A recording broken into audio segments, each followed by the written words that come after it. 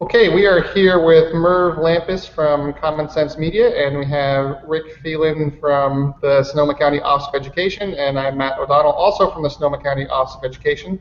And today we want to talk about digital citizenship. This is Digital Citizenship Week, and it is Connected Educator Month, so we figured this would be a great time for Merve to share some of the wonderful resources that he has to offer. And Rick, I'm going to let you get started with a couple ideas that you want Merve to share with us. Yes, thanks. Merv, I'm wondering about the types of materials that you have. Can you go over some of the digital citizenship materials and the scope and sequence areas and what's offered from Common Sense Media? Sure, yeah. So let me go ahead and throw us into a screen share, and I'll bring us right to the website. So for any educators that are interested in learning more about the curriculum and how we can support digital citizenship, you can simply visit commonsense.org, and once you get to that page, which looks like this, you want to click on education. And when you click on education, it provides a lot of drop downs, but let's kind of go to the landing page to kind of show you the amount of materials that are available, but then we can dive specifically into the curriculum. For educators that want to teach digital citizenship into the classroom, we do have a free K-12 curriculum that is broken down pretty easily in our scope and sequence. So if you just click on scope and sequence here, it'll take you to this interactive page where digital citizenship can encompass literacy, from information literacy and creative credit and copyright, to what we typically hear about, like the cyberbullying and the self-image and identity, the digital footprint or reputation material. So if you're simply looking for particular topics, this month also, aside from being Connected Educators Month, is also Anti-Bullying Month. If you wanted to focus strictly on just cyberbullying, you can click that and you'll see only cyberbullying lessons pop up. But if you are looking at how do I teach digital citizenship and really look at the whole roundness around what kids need to know about being safe online, you can scroll down and you'll see our scope and sequence is broken down into grade bands: K2, 3-5, and then 6-8, and then high school, 9-12. And within each grade band, you'll find that there are 3 units: Unit 1, Unit 2, and Unit 3. Each unit then consists of 5 lessons. And so the easiest thing that we've found in schools that are wanting to integrate digital citizenship and not feel like they're asking educators to do too much in the classroom, but are able to really address these lessons so that they're not that one standalone lesson that kids hear about and then that's it, have been integrating these units into grade levels. So if you look at 6-8, 6th grade can do Unit 1, 7th grade can do Unit 2, and 8th grade can do Unit 3. If you do decide to do a unit in a grade level or with a group of students, there is an interactive assessment that comes along with these particular lessons within that unit. So it's also a great way of being able to baseline and see what are kids' attitudinal changes or ideas, what they've learned, and the assessments are the way that they interact are very much like the SBAC test, where they're dragging and dropping things, they're adding information within the cloud, thoughts kids have, and so it's a great way to practice and connect what you're already doing and expecting in the classroom to an important topic like digital citizenship. Okay, all of these lessons are research-based. We have worked with Dr. Howard Gardner with the Good Play Project at the Harvard School of Education to create our curriculum. And the lessons as a standalone, I'll just click into one just for the sake of showing, are, if you were to teach one lesson from the beginning to the end, is about a 45-minute lesson. But the lessons can be broken down into activities. As you scroll down, you can click on teach one, it'll show you this will take about 10 minutes. And so if you're looking at a classroom where you can fit in a full lesson and integrate it to material you're already teaching, because of our lessons are aligned to Common Core, along with a number of other standards like technology standards through ISTE. But if you are limited in time and you want to kind of start with small activities, you can do activities such as teach one and teach two and teach three separately, and then essentially go through a lesson plan across 3 days. So there's a lot of flexibility in how you can address these topics.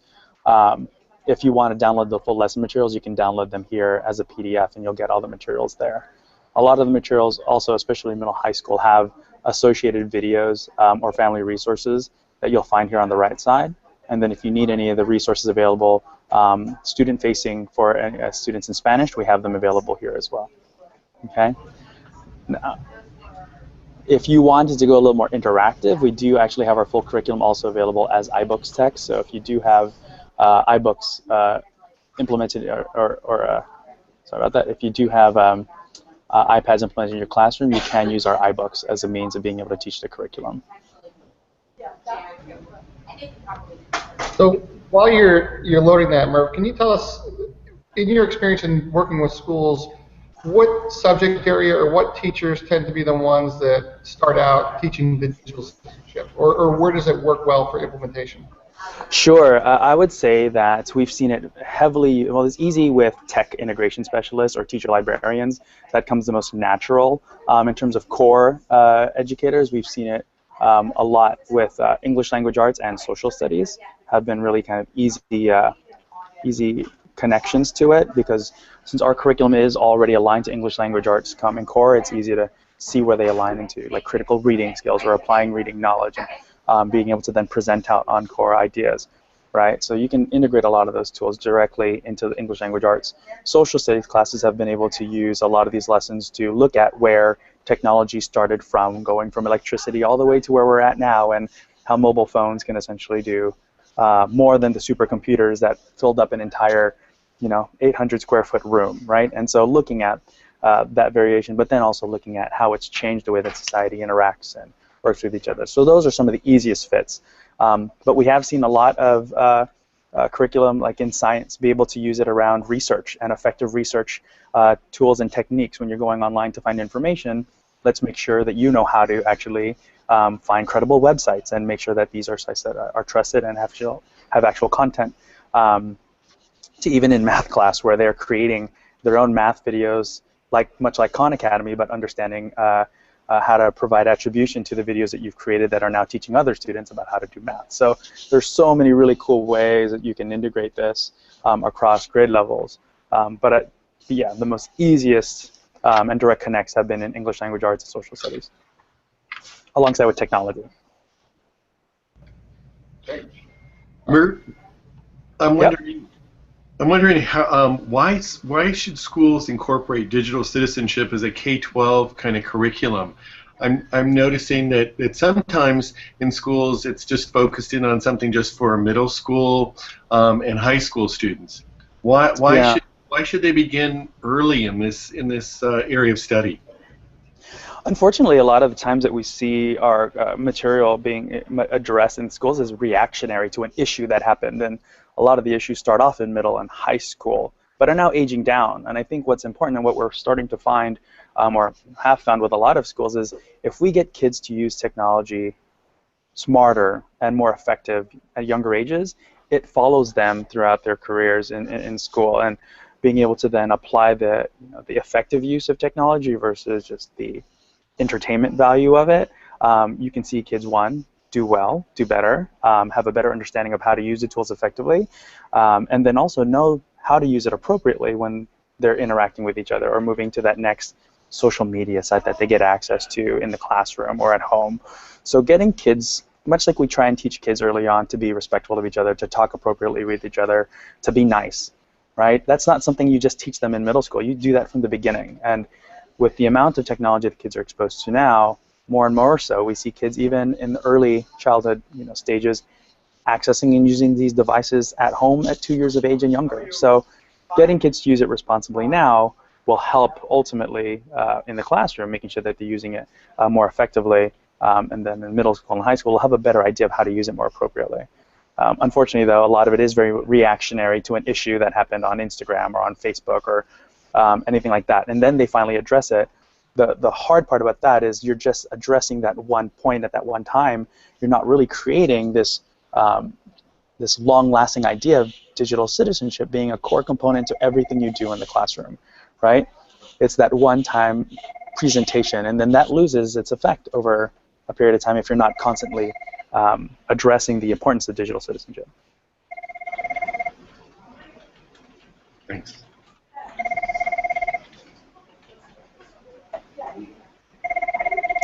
Another question I have for you, Merve, is involving parents in the whole work around digital citizenship. Sometimes parents are not involved in thinking about these areas, or just one special night that's there that a school has. But how can parents be more involved?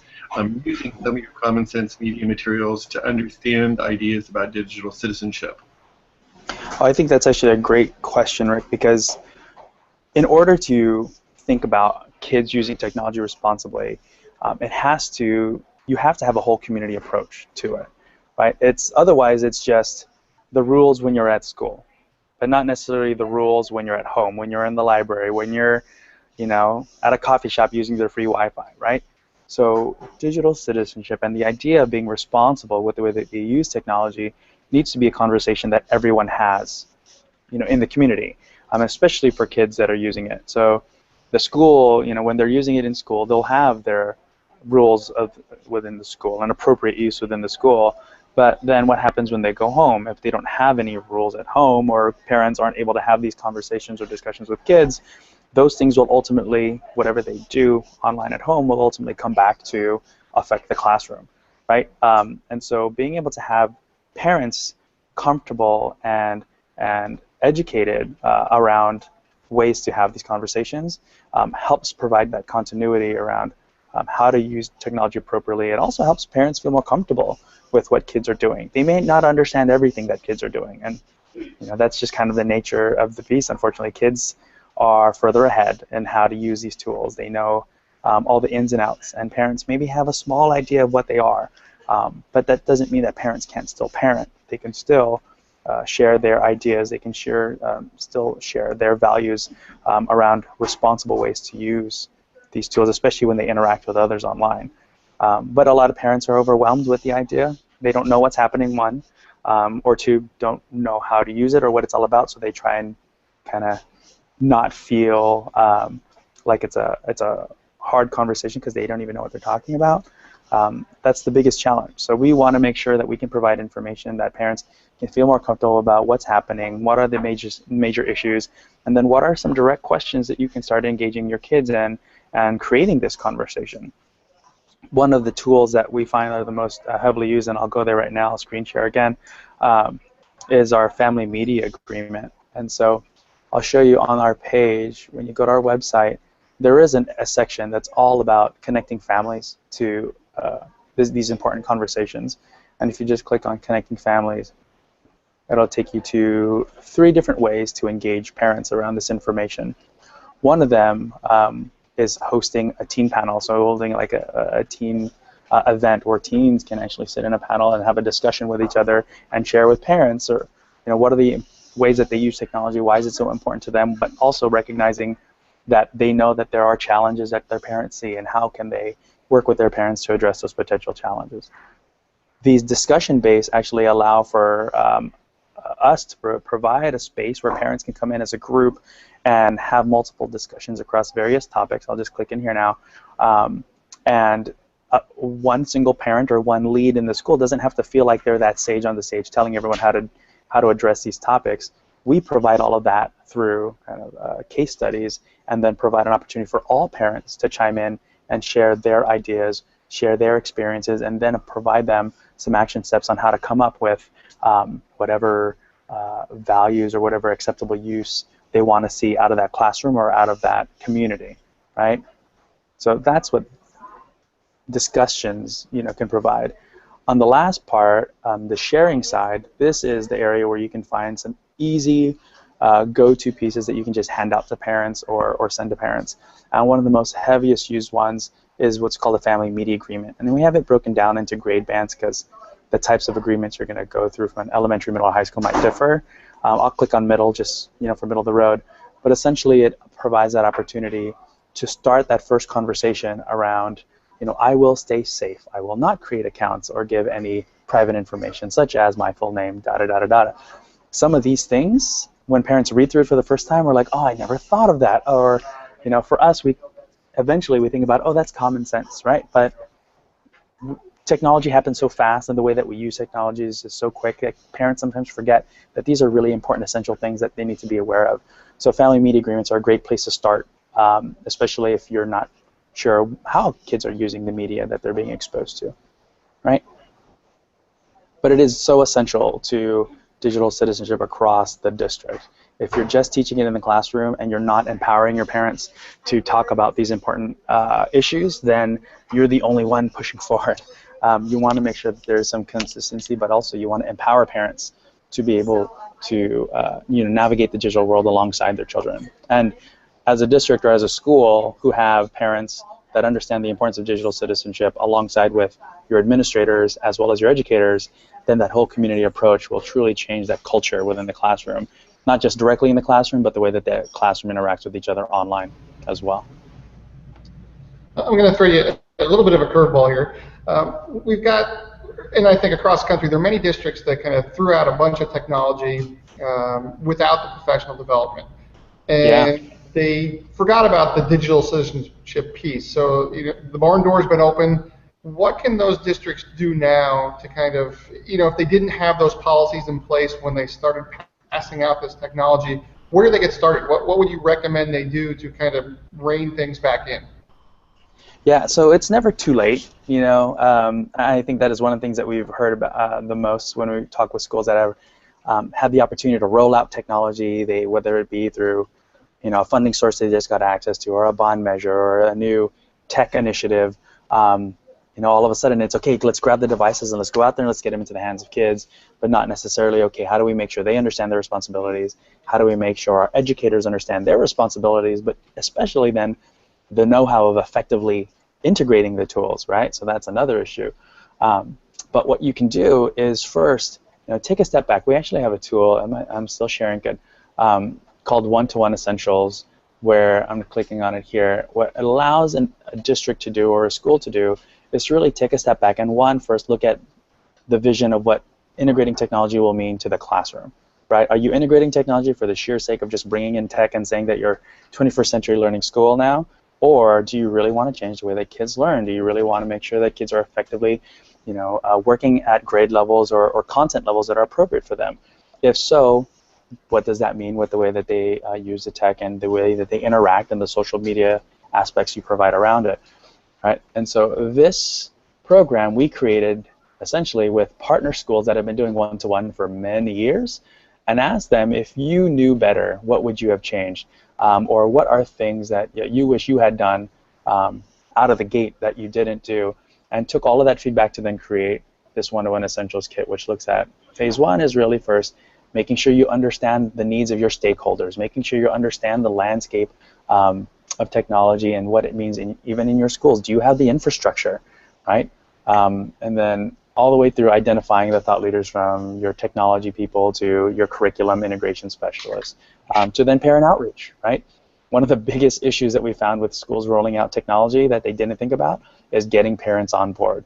And that can lead to a slew of issues if parents don't, one, understand the vision around it, or understand that it's not just to keep their kids busy in the classroom that you're putting them on technology, right? It's because you want to be able to leverage some of these great tools to find exactly where your kids are working and having them work on level and be able to move up, right? A lot of parents get so, have only heard from some of the media or the hype around, kids are stuck on devices and that's all they do is social media.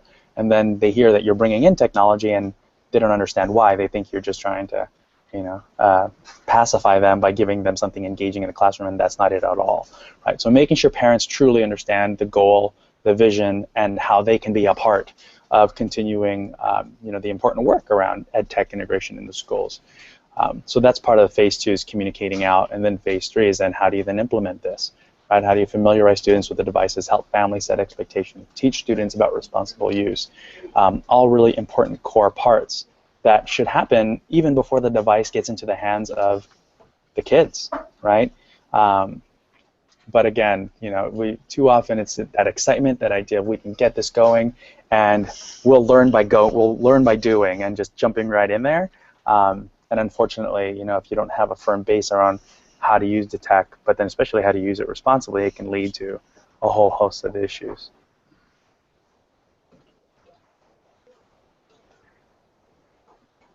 Thanks, Merve. One of the things that's happening in Sonoma County is that we have a shortage of librarians. There are less than 10 credentialed librarians that are in Sonoma County right now. And so teachers are really working to figure out how to bring information literacy into their classroom settings, and Yeah. be more both English teachers, obviously, but also social studies teachers, science teachers, and math teachers. Mhm. Can you highlight some of the common sense media materials that could help these teachers access ideas of information literacy to bring some of those things that maybe they would be getting from a librarian, and maybe media literacy types of areas as well, as you're kind of going and thinking about that? Sure. So there's a few places. I'll talk about it first, and then I'll go on back into screen share and show you where they live. But there are particular lessons that are around digital literacy, which especially librarians appreciate, around effective searching tools. Effectively being able to search for the right content online, providing attribution to the resources you're accessing, because just because it's online doesn't mean it's free, contrary to what many people believe. And you still need to be able to source those materials, or those pictures, or those websites, whatever you're borrowing from. So there's the curriculum. We also have an interactive for upper elementary called Digital Passport. And one of the mini games within Digital Passport is around providing attribution, where kids have to create a remix of photos and music.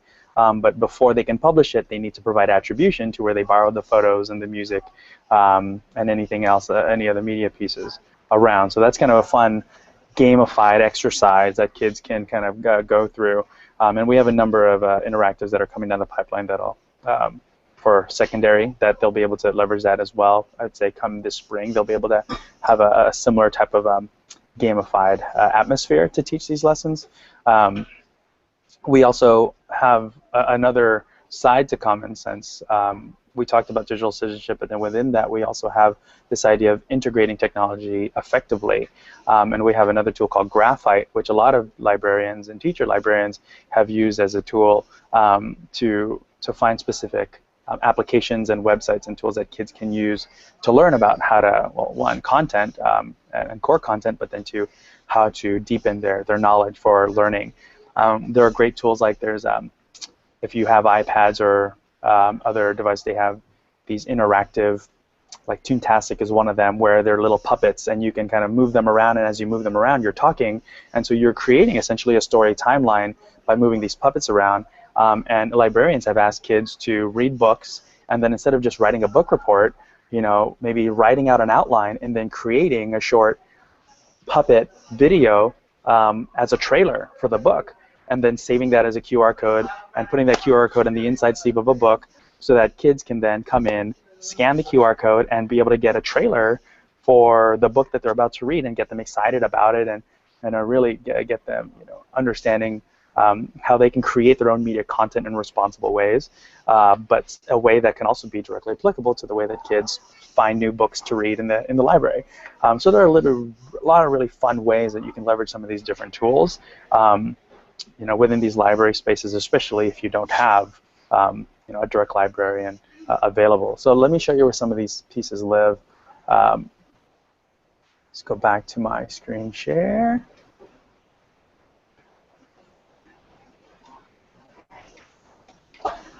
So again, for the curriculum pieces, if you just go back to digital citizenship, just go back to the scope and sequence, and you'll find the two major literacy focused lessons are under information literacy and creative credit and copyright. Again, easiest way is just click those particular pieces, and you'll see them highlighted when you scroll down. And these are heavily used in libraries. All of our materials, can be used, especially in libraries. Sometimes in schools, the libraries are the direct access point for media. So essentially, any of these lessons can be used. But when you're talking about the literacy side, you can use these lessons and leverage these lessons. Okay. If you want to visit the Digital Passport, it's just digitalpassport.org. There is a direct link to Digital Passport on our Common Sense site. But you visit this page, and if you're using the web version, so essentially any web browser, it's free for educators. You can create as many user logins that you want.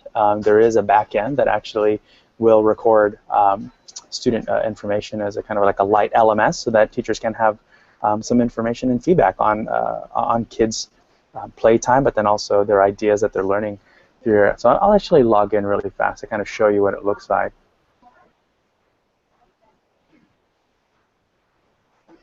And today I am Master Yoda.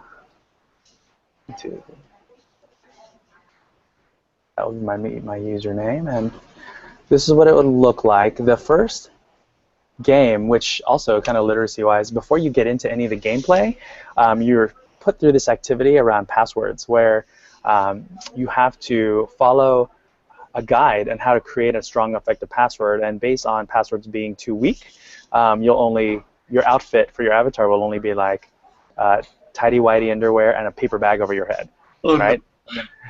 If your password is too strong, then you're looking at the 1920s aqua suits that weighed like a ton, right? But then when your outfit is just right, then you've got this great space exploration outfit that you can use to start visiting these different worlds, okay?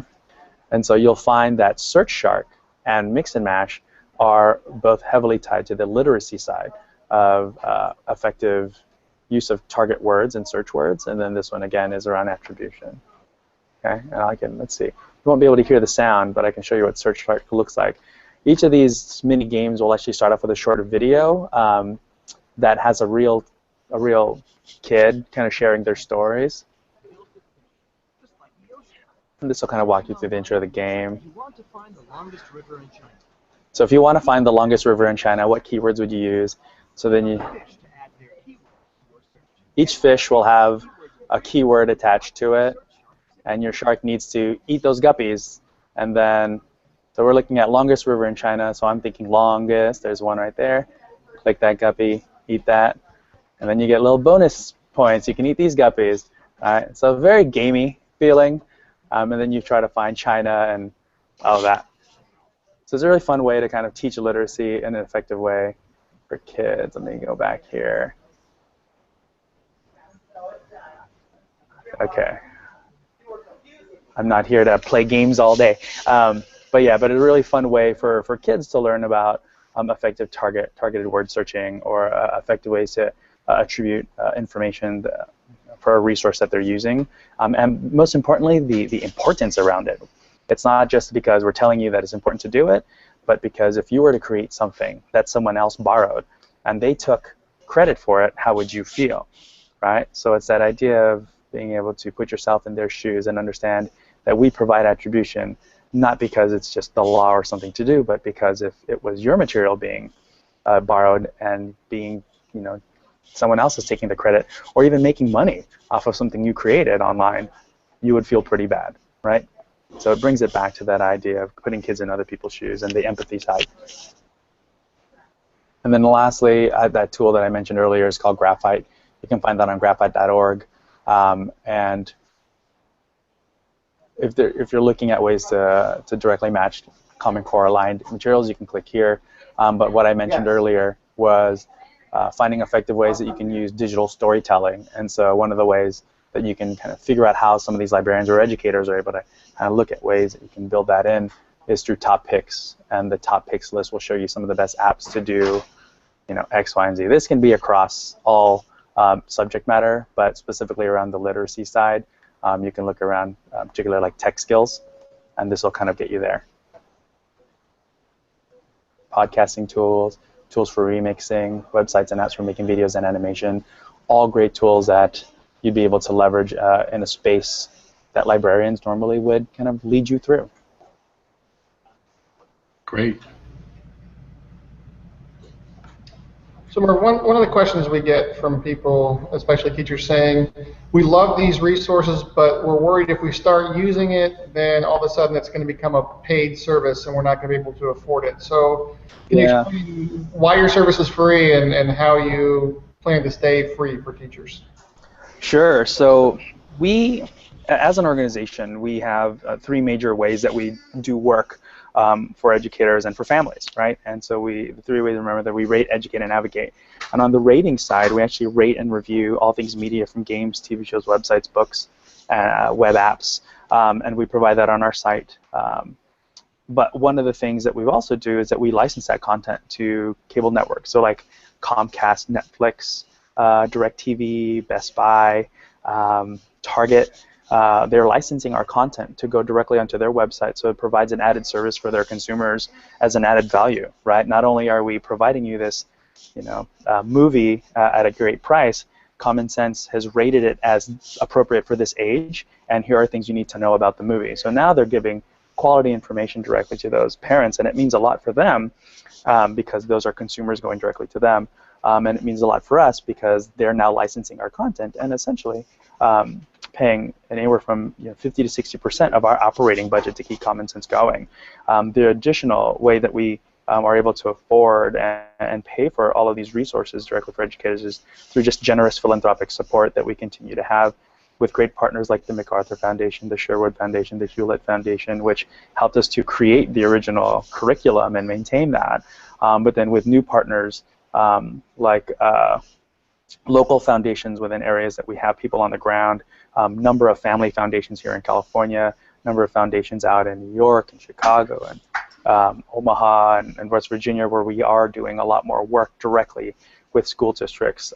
There's a lot of that support as well. So we've got this mixed funding model with the goal of being able to provide the most effective and the most needed tools for schools and keeping it at the best price point possible, which is free. So essentially, it's free for the schools, but it's being paid for by philanthropic support in those local areas alongside with our national efforts.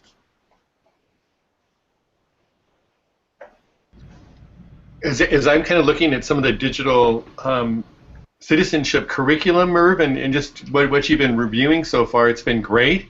An area that's relatively new that I'm noticing is this whole area of digital footprint and reputation, and that area just is something that's I haven't noticed in the past, like maybe 5 or 6 years ago, but right now it's seemingly more important. Why is that? Is something that's important for parents and students and teachers to be aware of?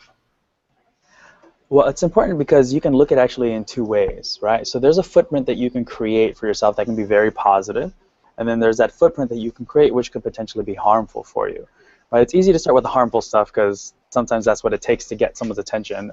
And on the harmful side, you're looking at when you're posting things that are inappropriate and you're thinking maybe you're in middle or you're high school and you want to essentially, get to a point where you get a job or you go to college. Well, you think about college and 80% of college admissions counselors are doing some kind of search, whether it be a Facebook search or a Google search.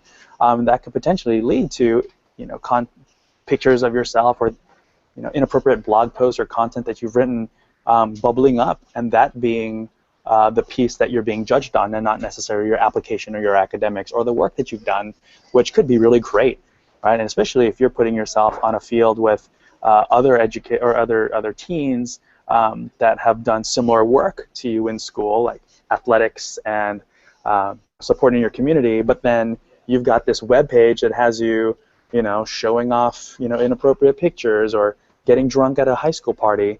That may be the thing that doesn't get you into the college of your choice, unfortunately. I've heard many stories of that happening, just with direct stories for myself that has happened. And I have a friend who works within the UC system and shared that about 40% of kids she said no to wasn't because of an application. It was because of what she found online. And that's a pretty large amount of kids not getting into a university of their choice because of something they did online that they couldn't get rid of, right? But that's kind of like the more scary ideas and aspects of it. And you think about it also as an employee or an employer, there have been tons of stories of folks that unfortunately didn't get a position that they were interested in or lost a position because of the way they represented themselves online, okay? On the positive side, though, positive footprints can be great. It's a great way of showing off skills that you've created for yourself, maybe not necessarily job work related, but your photography, your creativity, the work that you're doing in your communities. Oftentimes they may not be highlighted in your local newspapers, but you can highlight them and show off really some of the great work that you're doing and really spread the word. Those are really important ways to kind of create a more positive footprint about yourself and really provide that more positive outlook to what it can do for you. this day and age, we live in this what we call this like generation, and so students want to not just create their own footprints, but they want to create footprints that are heavily seen and out there, and they will like certain things. They'll ask to have pictures liked of themselves, and for something that a lot of teens don't think about, but I think about as a parent. Kids are being used as a form of monetization now. Companies and organizations and groups are asking them to like and spread and make them part of their footprint, because they become now that marketing arm, but they're not getting paid for it. And so there's this very interesting place that we're in right now where, we're using these free tools online, we're using these really great free web applications or social media sites, and it seems too good to be true, and part of the reason is because it's free because you're being sold. Like, your content is being sold, your information is being sold. And a lot of kids see it as, oh, well, it's providing me information, it's providing me ads or things that I'm interested in, so it's more of a tailored approach to what I'm using, but aren't necessarily thinking of the long-term implications of their personal data being shared out and sold out to groups. And so there's this line now to think about where you think about your personal footprint and how it affects you in terms of what you want to put out there and how you want to be seen. And then there's this other footprint that you put out that's got this new interesting guise around. You just want to be liked, and you want to have as many people connected to you, and you want people to see what you're into, and that's being preyed upon. So it's this really interesting place that we're in, and that's why footprints are making such a kind of like a big focus now for schools, is partly safety, and then also partly understanding that you have content that's could be potentially like security issues of too much information being shared or overshared. Right, so it just depends on what you want to get out of that conversation. For the most part, though, I think most parents are concerned with kids just putting inappropriate pictures of themselves, maybe Instagramming a photo, and it can make yourself look more glamorous with filters like that, right? It's one of the reasons why kids do it. They can look like they just walked off the cover of a GQ magazine or a Vogue magazine by taking a picture of themselves and then tweaking it up a little bit and posting it immediately, right? And then they get the validation from friends because, oh my gosh, you look so cute, and then it makes them want to do more, right? At the age of the selfie now, I've never taken so many pictures of myself, and I do it now mostly with my kids. We take our little selfies as groups, but there are so many solo selfies out there, and part of it is kids looking for that validation, and part of it is, it builds up their footprint to get more followers. Yeah, good points. Yeah, I hadn't really thought about it before from the standpoint of an enhancement to your resume, the social media that may be out there about you. So that's a great addition to my personal knowledge here. Yeah. I mean, more and more. I mean, I've seen so many resumes, like actual resumes, being digital resumes, and part of those resumes, will give direct links to YouTube videos that they've created around, self-help or makeup or, how to use tutorials on how to use certain, products or tools, down to their own personal blogs, and being able to show now, a writing piece isn't just an article that was published; it's their blog and the many varied topics that they address on their blogs, right? So it's a new age in terms of how to leverage this kind of more public-facing content, and how it's now more so a part of your resume, whether you publish it on your resume or not. Yeah, and just being mindful of that. Great.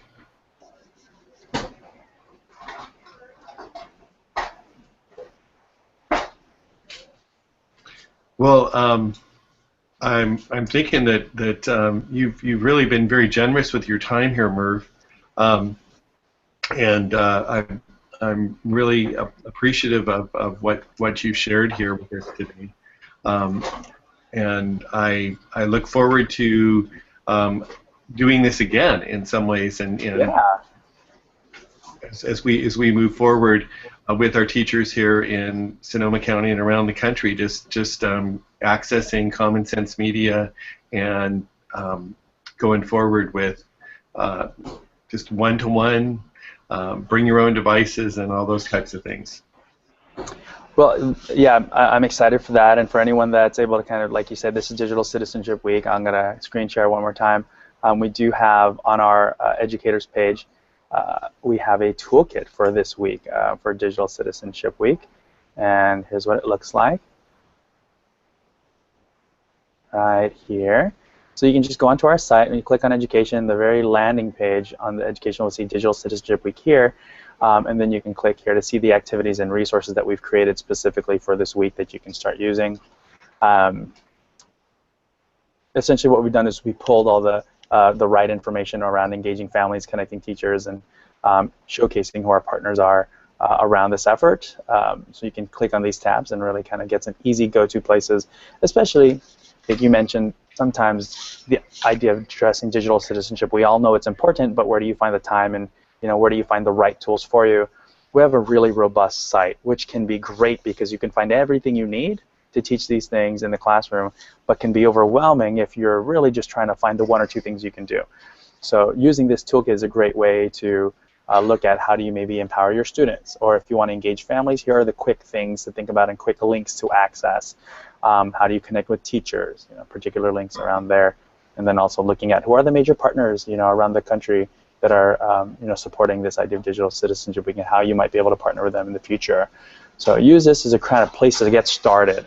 That way it doesn't feel as overwhelming when you really dive deep. But when you start to see how easy it is to actually have these conversations, especially when you see the reaction from the kids who get really excited to talk about technology and really excited to share their experiences, but then you can use that excitement to then create an action plan around how to use it appropriately in the classroom, you'll see just how easy it is to want to teach more and share more. If you are interested in looking at teaching these tools, we also want to recognize you for doing that. So we even have a certification process for educators that are teaching digital citizenship. They can be certified Common Sense or Common Sense certified for digital citizenship as well. And you'll find all of that if you click on professional development. You can find a number of things in this tab. You'll find one, information on how to use the tools, so online tools and webinars, a ton of information, a number of videos that'll walk you through how to use these tools, from digital citizen to EdTech integration. But then especially if you are going to be teaching them already, apply for certification and be recognized for the work you're doing. I think that's one thing that we'd like to see more of in the Bay Area as well. I know there's a lot of great educators teaching these things already in Sonoma. So great way for them to recognize themselves, but then also share it out to the community, how they're teaching these important skills in the classroom, and certify themselves or even potentially certify their schools. Merv, how much time is it for a teacher who'd be considering being certified? Would they have to study for to get this certification? Yeah, so if a teacher wants to sit through our online training, it's about an hour, and it's broken down by a grade band, so elementary, middle, or high. Pretty easy way of being able to kind of do that individualized PD and learn more about how to teach these lessons in the classroom. That being said, the lessons are so turnkey that teachers can immediately access them and walk them through. To be certified, an educator, and I'll just click on here, an educator needs to teach at least 5 lessons to a single group of students, so there's a group, a classroom, or they can teach 3 lessons across many groups of students, right? And so those are the either or. On top of that, they need to be able to reach out to the parents as well and make sure that they're building a whole community approach around digital citizenship in their classroom. A school just needs to do that across grade levels. So at least 2 grade levels teaching digital citizenship to their students, and then they can apply to be certified as well. So it's it's up to the educator how they want to teach those lessons, if they're using the beginning of the year as a way to onboard kids before they actually give them access to devices, or they teach these lessons throughout the year, and then once they've completed those baseline needs, can apply at that point. So it's an annual certification, and they can apply at any time. But everything you would need to know would be right here. Yeah, no, that's great. I think there are teachers that would be interested in doing that, and I think we should. We're going to be encouraging schools to really have at least one educator that can be the point person for this Common Sense Digital Citizenship Certified Educator connection. You're also mentioning that certification for schools too, so schools can be certified as well? Yep. We have a number of schools, so if you click on certified schools here, you'll see the baseline needs, so the program, the benefits, or criteria are all located here in these tabs. And then you can also see the certified schools that are already received it from last year. And they get a great banner that hangs outside their school, and especially great for parents who know common sense based on their ratings and reviews that they typically go to for the content that they allow their kids to see, to then see that your school is certified by Common Sense as not just providing technology, but making sure kids are using it appropriately, can speak volumes to your community around why ed tech is so important, but then making sure that you're doing it the right way and that kids understand their responsibilities. It seems like it's really a great thing for schools that are doing one-to-one or bring your own device in a few years to kind of seek that kind of certification as they're going forward. As you've been pointing out earlier in the one-to-one materials, it doesn't happen alone, just making some choice to go and do technology. There needs to be this kind of process, kind of looking at digital citizenship very closely and doing the work ahead of time. Yeah, and you know, it's not asking to become certified. We're not asking a lot in the sense of 5 lessons throughout the year. We have teachers that have been teaching 16 to 20 lessons a year, and all they need to do is fill out the application, and we'd be happy to recognize the work that they're doing. But for every educator to know that they can be doing something in their classroom to address these important issues, we wanted to make sure that everyone had the opportunity, but also didn't make it too hard that anyone got discouraged by even trying to do it. So yeah, we wanted to make it something that any educator can feel really comfortable with being able to achieve, but really leverage that opportunity to then praise them for the great and important work, especially as they're integrating tech into the classroom. Merve, is there any way for teachers to contact people at another school that are going through the same issues where they could get some support, or maybe a school that's gone one-to-one a couple years earlier, so they can connect directly with educators? Is there a form or a way that they could do that through the site? Yeah, not directly onto this site here. You'll find here, I mean, these are all schools that, in terms of certified schools, a part of the certification is that administrators are keyed in to the work that's happening around digital citizenship. So pretty easy to then look at the schools here and maybe just do a quick Google search on that school itself and ask to connect with an administrator or assistant administrator within that school, because they're all part of what it takes to be a certified school.